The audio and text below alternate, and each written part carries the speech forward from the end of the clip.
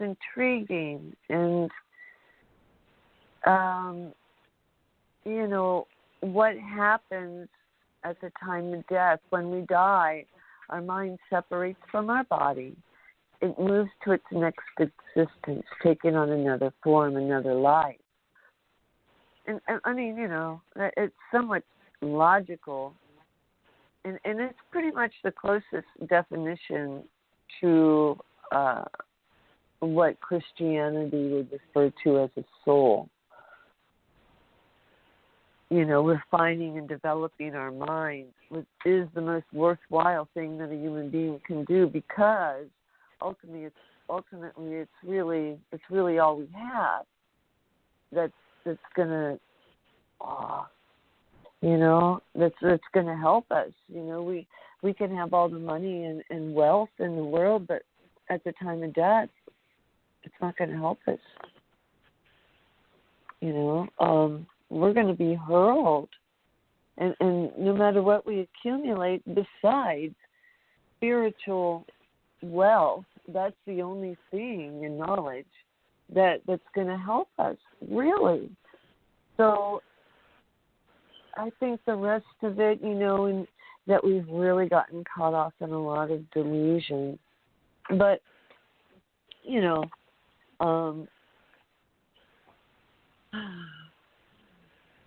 but, you know, we're the authors of our own life, past, present, and futures. Genetics, illness, it's all karma. It's all karma. You choose your parents through karma. Genetics and inheritance are like everything else, controlled by the law of cause and effect. You know, so well, it's like it's hard to understand.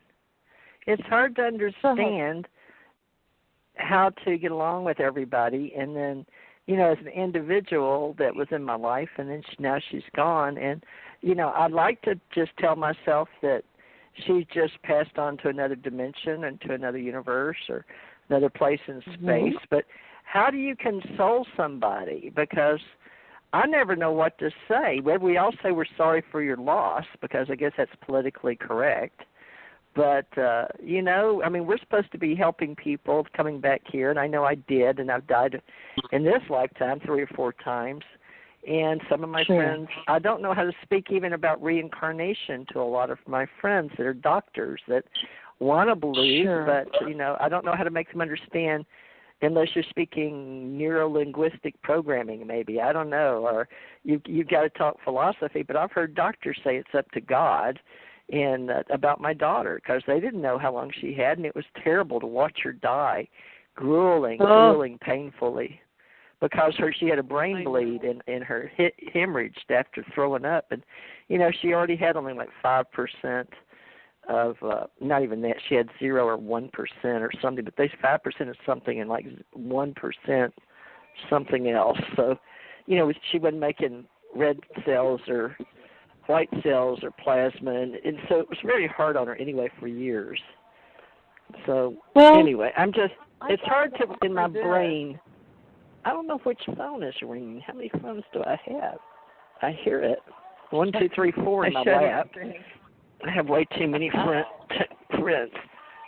Janet's calling. That's odd. Let me tell her. But we're on the show right now, Janet, so I don't know if she can hear me, but go ahead on how do we make, you know, my first sentence here, I guess you can't see it, is what do you say to a friend who has lost a loved one? Now, that's my first question you can't see how I've written this up, right? So can you help me with that? Think of a good way to help people. No, really, and this is, but I am not going to make up a lie, okay? This is the truth. And when I say it, you'll know it to I trust you'll know it to be truth as well. Number 1, impermanence. There is no getting around the fact that none of us are going to be here permanently. None of us. As a matter of fact, the law, as soon as we're born, time's getting short already, okay? Now, as far as someone like your young daughter leaving, she came and she paid her karma in this place called samsara, and she exhausted her karma in this lifetime. She was done. She didn't have to pay anymore. Now, she caught the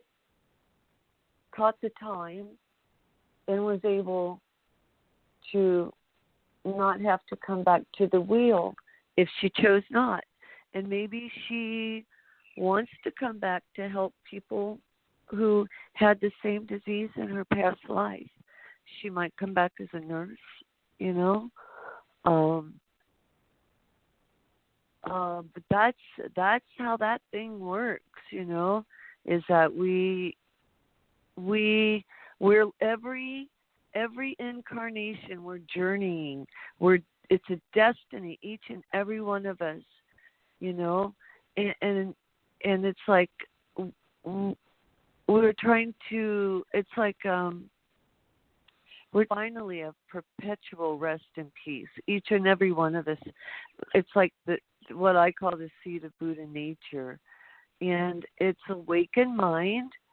And we have to do all these lifetimes to eliminate karma and to achieve, achieve that and eliminate our delusions, and that are like clouds anyway. They just covered our ways of enlightened thinking and behavior, and so it's a way of learning, and I really feel that the way to really, you have, in my deepest heart of hearts, as one who suffers a great deal physically, I have to say rejoice, as hard as it is to see a young person go. They're not in pain anymore. And now they're in total freedom. They're bouncing around the universe. And she could bounce around and have fun for a while, And then maybe one of your other daughters will get pregnant or son, and then she comes back in some way. Maybe you might even get a kitty, or, she might, the bodhisattvas, once they gain that knowledge, they'll take an existence as anything to be of service. And if she feels her mother needs her, she'll come back to you in some way. And that's what I would say to anyone. Yeah. And in the meantime, I'm sure that, and I know that you see her in everything, in the sunset, in a rainbow, and when it's raining, you hear her, and everything. It's so weird, isn't it? When someone dies, suddenly they're so omniscient. Oh, yeah, definitely. Everything reminds you of them, and you go through tears of waves of feeling. My sister about died. Her sister, my sister Brenda Thomas was my very best friend growing up, and she was only like 3.5 years younger. She was born in October 1854, and I was born 12/26/51. But her daughter left the earth quite a few years ago, and she was much, much younger than mine. She didn't even have her babies. They tried to store her eggs, and her husband since got married again and stuff. But it was really, she was beautiful, young. She was a beauty queen for Texas. It's Brenda C. Thomas, and her daughter was just absolutely, she was the apple of her eye, and just such a beautiful soul, and inside and out. And so it was so hard, and Brenda just about died, but she lost a lot of weight. She lost her teeth, and it was really hard on her other kids. She had basically a nervous breakdown. She was a nurse and ran a big company, and for hospitals and stuff. Her husband works for state of Texas in forensics lab, and it was so hard on them. Just a beautiful girl. So we miss her, and it's not the same for her. She'll never. It's like part of her.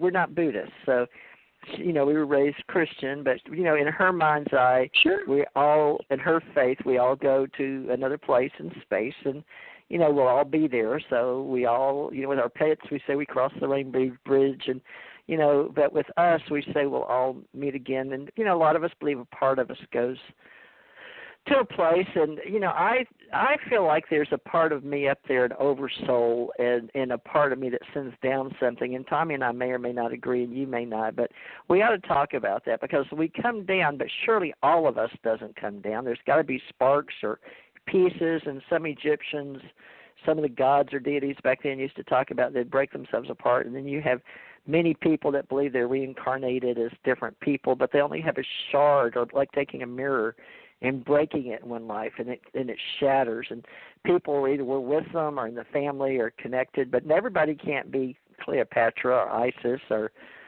Caesar or Ta. Or I find that quite amusing. Yeah. So how do we do that? Because if we do come back, we can all be. But some of us do believe that, even Buddhists. Some have past life memories, like you were talking about. Some. And I don't understand them putting themselves in fire, but you may want to explain that too, because I don't understand. I don't know if that's a good thing or not. It's almost like a martyrdom, but you can explain that. You mean but some of the about that.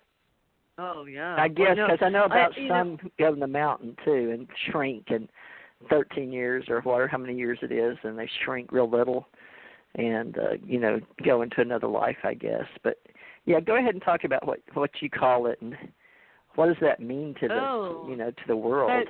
That's some interesting stuff, I tell you. Yeah, they actually even wall themselves up while they're still alive to die. Ooh. And but that's not the Tibetan Buddhas. That's some really India? offshoot Malaysian sect. Yeah. It was you really think that's weird. why Chinese had such a problem? I don't know why the Chinese come over and took over the land and stuff, and Tommy and I have had in 7 years 2 or 3 deep conversations. So you can take any one topic, especially that type of stuff that we don't really understand in the world religions. But you know what I'm talking, the Buddhism. And so you're saying that that's like an extreme, because every religion, world religion, I guess, has extreme. We talk about the Muslims and giving their lives because they're fighting for the Quran or the cause or whatever. So these people that do that, they're giving up their life. Do you think they come back? How do they? You don't know how they explain that, do you? Those guys are so freaking high. I think that they don't come back, because you got to be really, really, just already in commune with, the other side, and they just probably don't ever come back. You know what I mean? To this earth. So they're finished with their karma, and they feel but they don't have they get off the wheel. Well, they're off the wheel. Yes, maybe no. Well, maybe yes, maybe no, because you see, these guys are Theravadan Buddhists, and the Theravadans are more like the Thai monks, and Vietnamese guys, and they believe in enlightenment only for yourself. It's Hinayana. They're into the Hinayana, and that's enlightenment only for yourself. And so we, the Mahayana, while we don't degrade or think that that's a lesser vehicle, we feel that enlightenment is no good if it's just for you. You know what I mean? Right. It's self-serving versus service to others, I guess. And it just is maybe another strain, or maybe an extreme group gets together and supports each other, a little area of the planet or something like that. And universally, once you've died and been on the other side, I just feel like I was connected. I could feel a difference when I passed. and went through the stars and went back and had all these memories come in me. And, you know, each time was different. But I did get to go to a higher level, which shocked me. At one time, I only believed in